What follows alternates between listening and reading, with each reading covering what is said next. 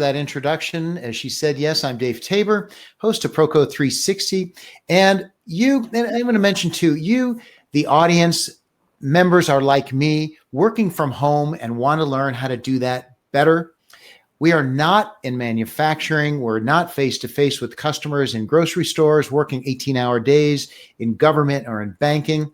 We're not healthcare workers in harm's way. We're the fortunate ones. We can talk about productivity from home. So thanks to those who serve us. Finally, please forgive me for looking away from the camera. That's where my notes are. So I'm joined today by John Zeratsky, as you know, co-author of 2 books, Make Time and Sprint. And you can find, we're getting a bit of feedback here. You can find John on maketime.blog.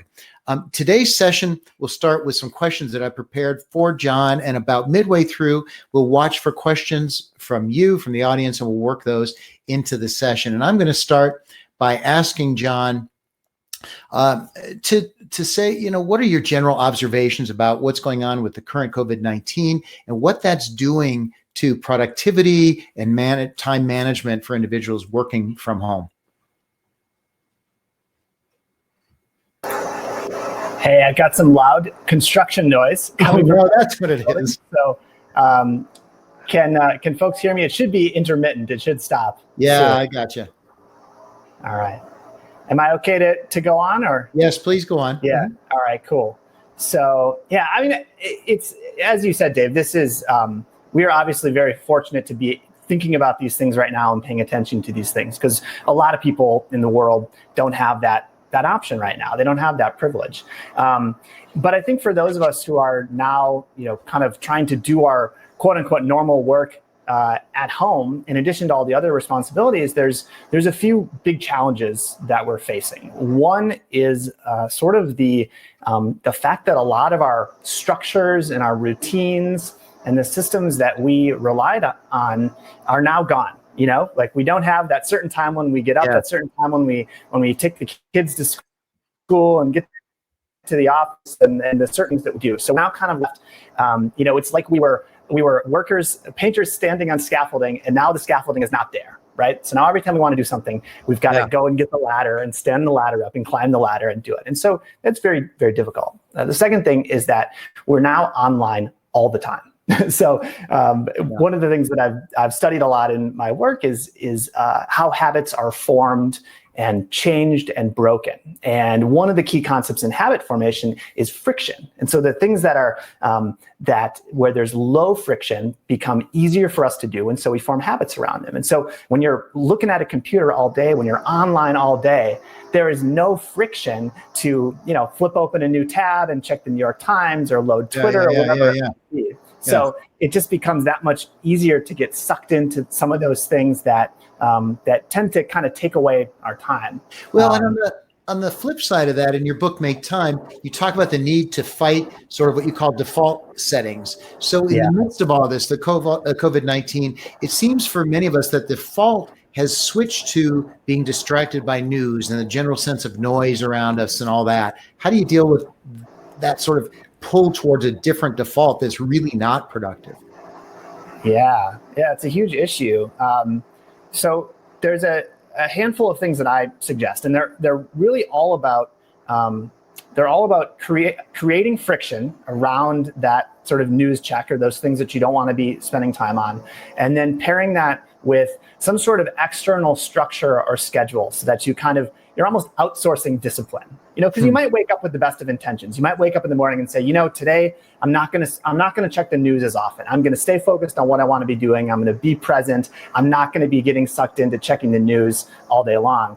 But we know from habit research that willpower is not strong enough to counteract those things. We need something else. We need some help if we want to change those habits. And so one of the big things that I recommend is people literally create barriers around those news apps or those news websites. So for example, I don't have any way of checking the news on my phone. I don't have a news app installed.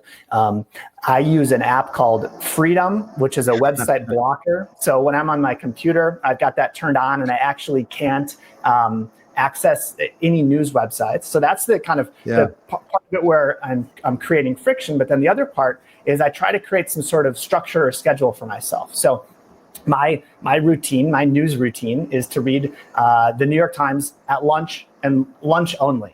And I have one device that I read the news on. It's an old iPad that we've had sitting around for a while that I don't really use for anything else. And that's my news. Yeah. You know, if I turn to my right, I can actually see it where the other end of this table where I was having lunch an hour ago, and I got the iPad set up there. And so that idea of sort of compartmentalizing time and saying, during this time of the day, I'm going to focus on this thing and this thing only, that's really, really helpful in terms of kind of outsourcing this discipline or willpower. Well, let's back up just a little bit, because you've jumped into some of the tactics that are working for you and that you recommend for others. I mean, we've been at this shelter in place now for a few weeks, and we probably have a couple more, maybe a lot more of this shelter in place to go. So as we look at that, like, is there a mindset that we should adopt or think about before we even start tactically, dealing with stuff? Have you found a mindset shift is necessary?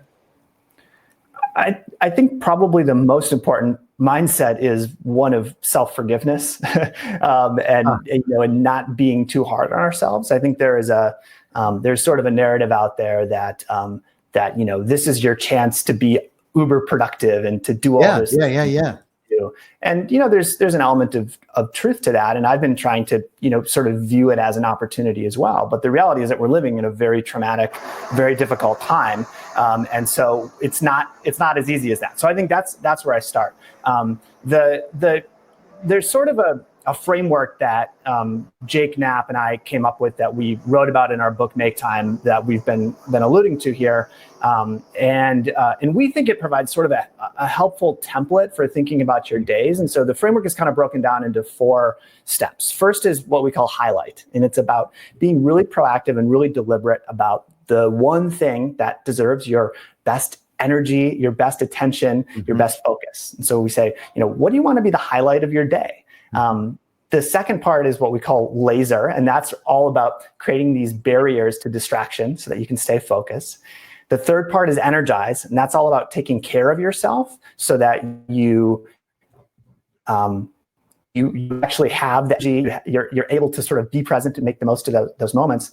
And then the fourth part is reflect, and that's all about kind of paying attention to what's working for you or what's not working and making tweaks. And I think you can take that 4-part framework and you can bring it into this era, the COVID crisis, and you can, maybe it's different specific tactics that you need, but if you can kind of approach your day like that in terms of what do I care about? How am I going to stay focused on it? How am I going to take care of myself? And then how am I going to look back and pay attention to what's working? I think that can be a really helpful cycle that you can go through every day. So if you do that, you're going to be like a lone wolf out there, because in the midst of a crisis, everybody wants to be like engaged with one another in this whole thing, like a race to be reactive.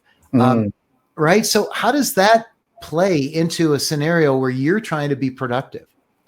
Well, I don't know. I think there's a couple sides to it. I mean, I think one side of it is that without the ability to go out and meet up with friends and visit family and be engaged in the community, that really takes away takes away from a very primal need that we have as humans. We need to connect. We need to spend time with people, and we draw a lot of energy from that. And so I think we do need to replace that with something else. So we need to replace that with things like, virtual happy hours and face-to-face meetings, opting for a video chat instead of a phone call, for example, because those things, they give us a boost of energy in a very real way. But on the other hand, I think that you're right in that because we've lowered the friction around paying attention to things like email and Slack and chat and whatever other platforms we're on, we've now made it easier than ever for people to contact us and people to ask things of us and people to sort of say, let's stay engaged in this conversation all the time instead of having a time and place for it. Okay, so here's what just came to me, and I'm going to admit something. I mean, in the midst of this, we have a sense of, are we actually working? Like, we're at home. Are we actually working? Yeah. And I think there's a temptation to be reactive and responsive to almost prove to one another that we're engaged and that we're working, and that doesn't seem very useful, but it does seem that it happens. Yeah. Well, that's an interesting observation because, I think one of the criticisms of workplace culture, of office culture, is that you can skate by looking busy, and so there's a sort of a style of management that relies on, being able to see people there, being able to see people doing things, looking like they're busy, having conversations, having meetings. And so if you take that culture and you translate it into a virtual environment, what does that look like? Well, probably looks like you've got the green dot next to your face at all times. You're always logged in, you're always there on Slack, you're responding right away to things. But the underlying psychology of it and the underlying problem hasn't changed, which is that if we spend all of our time reacting to the information that appears in front of us, when are we going to have time to do the things that really matter? Whether those are things at work, that project that requires uninterrupted focus, or whether it's those things we want to do for ourselves, hobbies, time with our family, taking care of ourselves, whatever. Well, you've said that it's more important to ignore breaking news now than ever before. Is that sort of where you're going with this? It's certainly part of it. I think it's about news, and we touched on that briefly. It's about social media, which is kind of an especially manipulative flavor of the news. I think it's about things that feel like work to us. So email and instant messaging and Slack and Microsoft Teams, or whatever platform that we're using. The news is a tricky one, because so I studied journalism, and one of my very first jobs was I was a designer at a newspaper, and so I've got great respect for the journalists. Well, keeping abreast of the news is part of your job, then, right? You could say. Yeah. I mean, and it's and I think one of the big criticisms of the news typically is that most of what you read doesn't actually matter to you on a practical basis. And I think there's a very, I don't want to discount this very real and wholesome desire to read the news for compassionate reasons. Like, you care about what's going on in the world. You care about what's happening to other people, and that's not a bad thing. And that's an honorable motivation. But in normal times,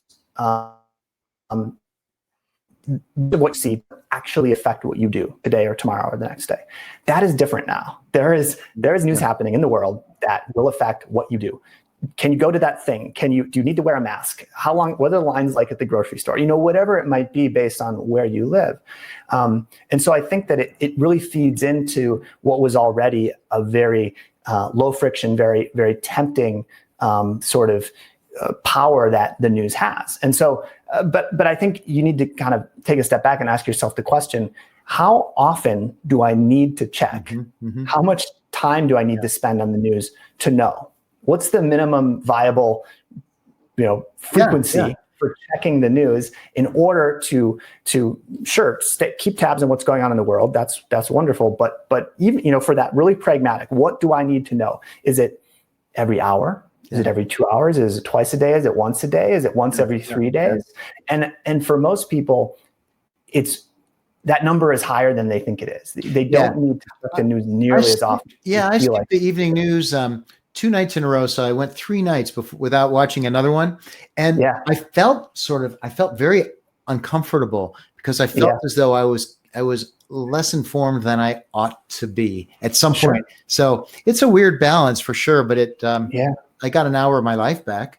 So Well, and I've also felt, I don't know how much of it is internal or external, but I felt a slowing of the news over the past, I would say, week and a half. We here in Wisconsin, we've been essentially on lockdown for 4 weeks, just over 4 weeks, and it really did feel like the first 2 weeks were hour to hour, day to day. Like there was always stuff changing. And now maybe it's just that I have reframed my own perspective, but I do have this sense now that it's becoming slowly, little by little, this sort of interval is stretching out. And so we don't have to pay as close of attention. So does that give us an opportunity to reevaluate for the next 2 weeks, 4 weeks, where we have left? Okay, the initial panic, well, we've still got a crisis underway that, every minute, every hour, we have to know what's happening. That's changed. Do we have an opportunity now to recalibrate how we see our lives until the rest of this plays out? Yeah, I think so.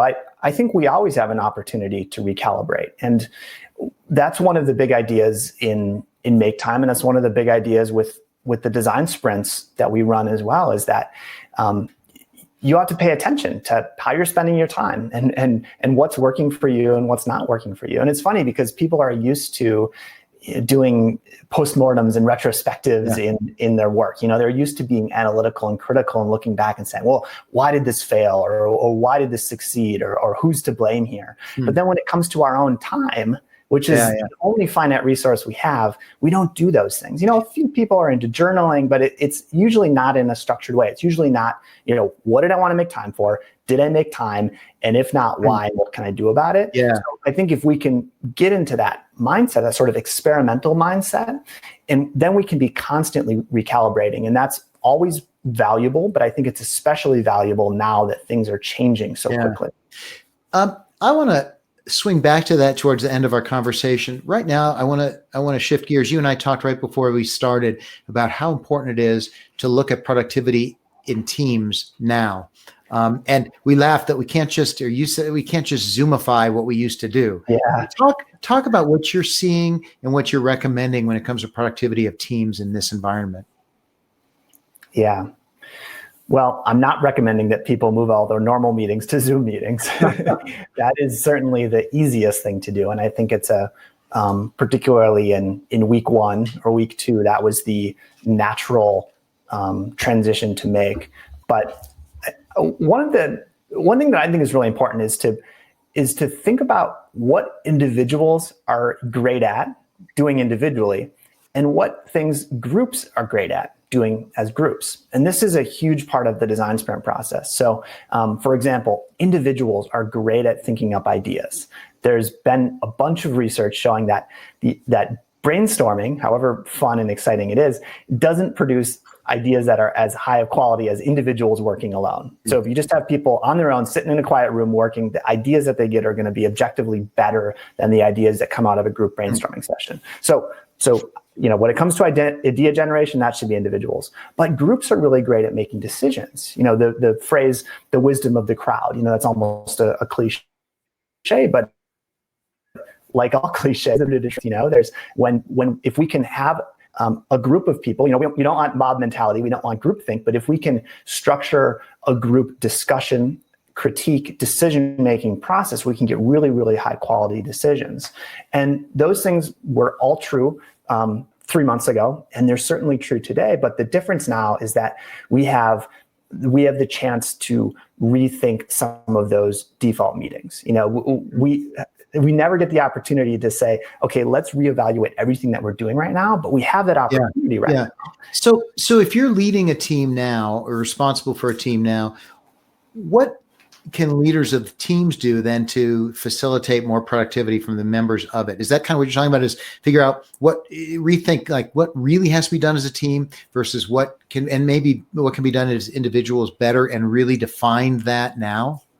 Yeah. The first thing that I would do is to sort everything by asynchronous or synchronous. So synchronous is real time. That's what we're doing right now. We are having this conversation synchronously. We're all here together.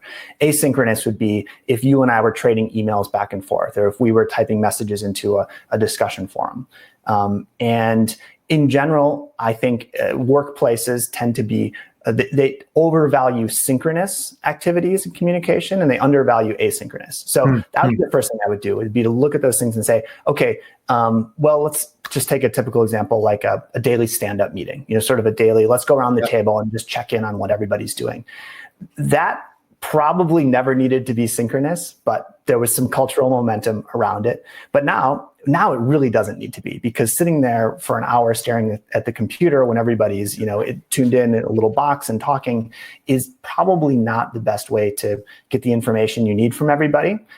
Takes up a bunch of time. And so I would shift that meeting to be more of an asynchronous check-in. So using Slack or using whatever tool you use, have people post what they're up to. If somebody wants to jump in with a suggestion or a question, they can do that there. But that would be the first thing I would do. The next thing I would do would be to create some kind of shared agreements around communication tools and expectations for response time. So when do we email? When do we send a chat? When do we send a text? When do we pick up the phone and call? And in each of those scenarios, when do we expect to hear back? And that's something that I call a contact contract. And it's an exercise that I go through with a lot of the teams that I coach is actually taking a minute to just talk about that stuff and write it down. And nobody does that. Nobody does that normally. But even if you can take half an hour and have that conversation, it's super helpful. And let me let our watchers know that we're open for questions if you've got some, and you can go ahead and text those into the chat box, and we're monitoring that, and we can take a look and answer those. Why do you think is there a crux of the reason that people don't tend to work in these concentrated blocks of time where we really become the most productive? What's the obstacle to actually moving in that direction and behaving in ways that are more optimal along those lines?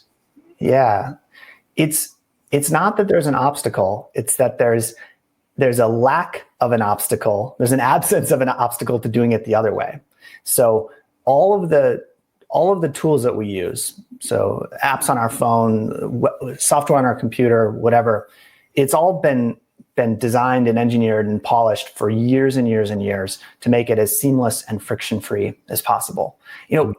Consider Gmail, right? Seems to be the most generic email app you could possibly imagine, but it has this really, really powerful default, which is that it automatically checks all the time. Right? Like, why does it have to work that way? It doesn't have to, but somebody made a decision that it should work that way. And so now that's the behavior, is that it sits open in the corner and it always checks. And as soon as something pops up, you pay attention to it and you jump on it. And so I think it's that the tools that we have, the defaults that exist in our technology, mean that that's the path of least resistance. So that's the place where there's no obstacle. And so to actually do something different, we need to find a way to put an obstacle in front of those apps that kind of suck us in. Well, I've read some things too, some studies, I can't remember who they were from, but that talk a lot about the addictive nature of these kinds of interruptions, the dopamine hits that we get, when we get an email or when we get a text, or, when someone liked something that we did, there's a shot of whether it's dopamine, we feel reinforced and pleasurable and all those kinds of things from these reinforcements. And in your experience, are you seeing that as a force that pulls us also from focus? Yeah, I mean, I'm not a psychologist. And there are others who have studied these things far more deeply, but obviously read a ton about it and researched it a ton for both books and for all the other work that I do. And the psychology of why we find our phones hard to resist, for example, why we find Instagram, Twitter hard to resist, is the same psychology that makes gambling addictive. And it's this idea of variable rewards. And think about a slot machine, right? Think about, you pull the handle. Pulling the handle's easy, right? It costs you maybe, depending on what kind of machine you're playing, it costs you 25 cents or $1 or whatever, but it's easy to pull. And most of the time, something neutral to slightly positive happens. It's not a big deal, but there's always this chance that something amazing is going to happen, that you're going to hit the jackpot. And you think about the pull to refresh apps that we have on our phones, and they operate on the exact same principle. It's an easy action to take. And most of the time you sort of get mildly rewarded with, there's some new stuff, whatever. But every once in a while you see, oh my God, Trump did what? Or wow, that is such a cool photo. Or, I want to, my friend's on a trip there. That's so cool. And so it rewards us in this unpredictable way that kind of keeps us guessing. And so, there really is a lot of research into why we find these things so addictive and so hard to resist. And my perspective is that while that is useful to know as context, I try to kind of flip that around and say, okay, let's take that and let's accept that we know that, and let's use that to design solutions. Let's use that to design self-interventions. There are people in the world who are sticking it to big tech, and I'm grateful for them, because I think that they are playing an important role in this conversation. But we can't wait for big tech to be either goaded into or regulated into changing the behavior of these apps. And so I think if we can take that understanding of psychology as context, then we can design our own ways of resetting those defaults so that we can have more control over what we spend our time on. What are a couple of things or one way that you've found that reinforces this constructive behavior of working in time blocks and of setting a particular item, one thing or two things that if you get done today will make them a good day? Yeah. So I talked about this idea of rewards. You check your phone, you get a reward, but they're kind of cheap rewards. They're not great feeling rewards. And so one of the things that I like to do is this thing that I call a highlight. So setting a daily highlight, which is to begin your day, or maybe the night before, sort of ask yourself, what do I want to be the highlight of this day? What's the one thing that I want to make sure that I do, that I want to be there for, I want to be present for, I want to be energetic for? And then kind of build your day around that, because then you get the reward of having made time for that thing. So you get the satisfaction of having done that project, or having spent time with those people, or having practiced the guitar, or whatever it is. And it's a much deeper, much more fulfilling reward than the little doses of dopamine that you get from refreshing, from checking, whatever it might be. And so I really like this idea of playing both offense and defense. So saying, yes, let's play defense. Absolutely. Let's uninstall apps. Let's use freedom. Let's log out. Let's block access to things. But let's not only do that, because it's very difficult to simply stop doing something.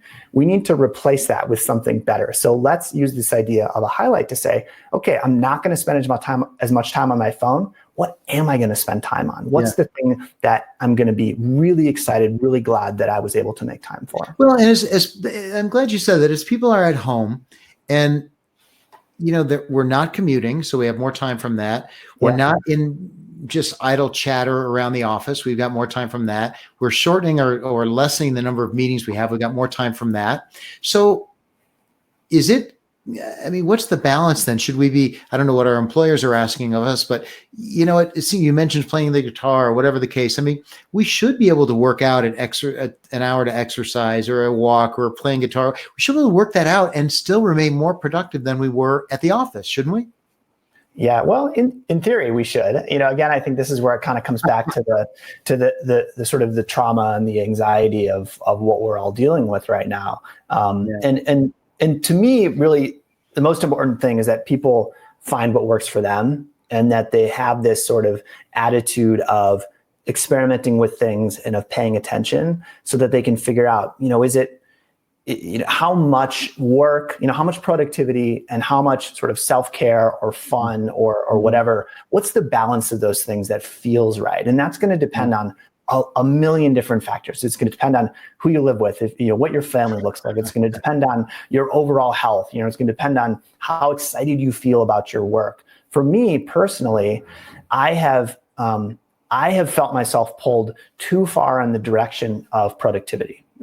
As a solo entrepreneur, I've got a lot of big projects that I'm working on that I'm excited about, and so I have probably gone too much in that direction of, well, I'm just going to spend all my time working. I'm just going to use this time to shut out everything and just go deep and get in the zone, and that feels good for a time, but I found that it meant that I was sort of living in this weird world of, not being connected to other people and not taking care of myself. And so what I've had to do is I've actually had to slide things back, to ratchet things back, and pay a bit more attention and sort of put in a bit more deliberate effort around things like reading a book or scheduling time to catch up with a friend on Google Hangouts or whatever, things like that normally either wouldn't happen or they would just sort of happen automatically. I have plans with friends, let's go grab some dinner or whatever, like those things that normally happen. Now I'm finding I have to be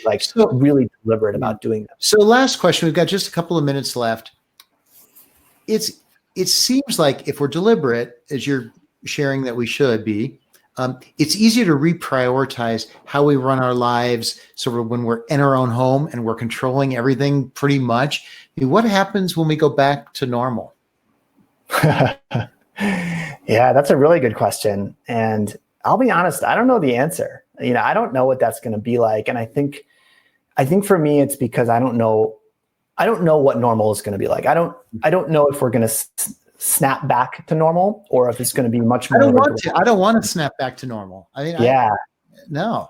But I do know that habits are very powerful. And so I think one of the messages I keep trying to share with people is that right now it's like we've got wet concrete. It's just been poured into the forms, and we've got a little bit of time where we can still move the forms. We can still adjust things before it solidifies, but it's going to solidify at some point. And so the question is, what shape do you want those new defaults to take? What shape do you want that new normal to take for you? And if we can form those new habits and those new routines in ways that we feel like help us in spending time on what we care about, even if it's a little bit more, those are going to be really durable. Those habits are going to be really durable. Cool. And I think that we'll be able to carry those through as we go through kind of this gradual crossfade back into whatever the new normal looks like. Hey, well, thank you. What a great conversation. Thank you, John. It's good to meet you. Yeah, and I hope we'll be able to stay in touch. For the audience, let's wrap up. Thanks for joining me, Dave Tabor, with John Zeratsky for this Click Studios web session. I think we're all set.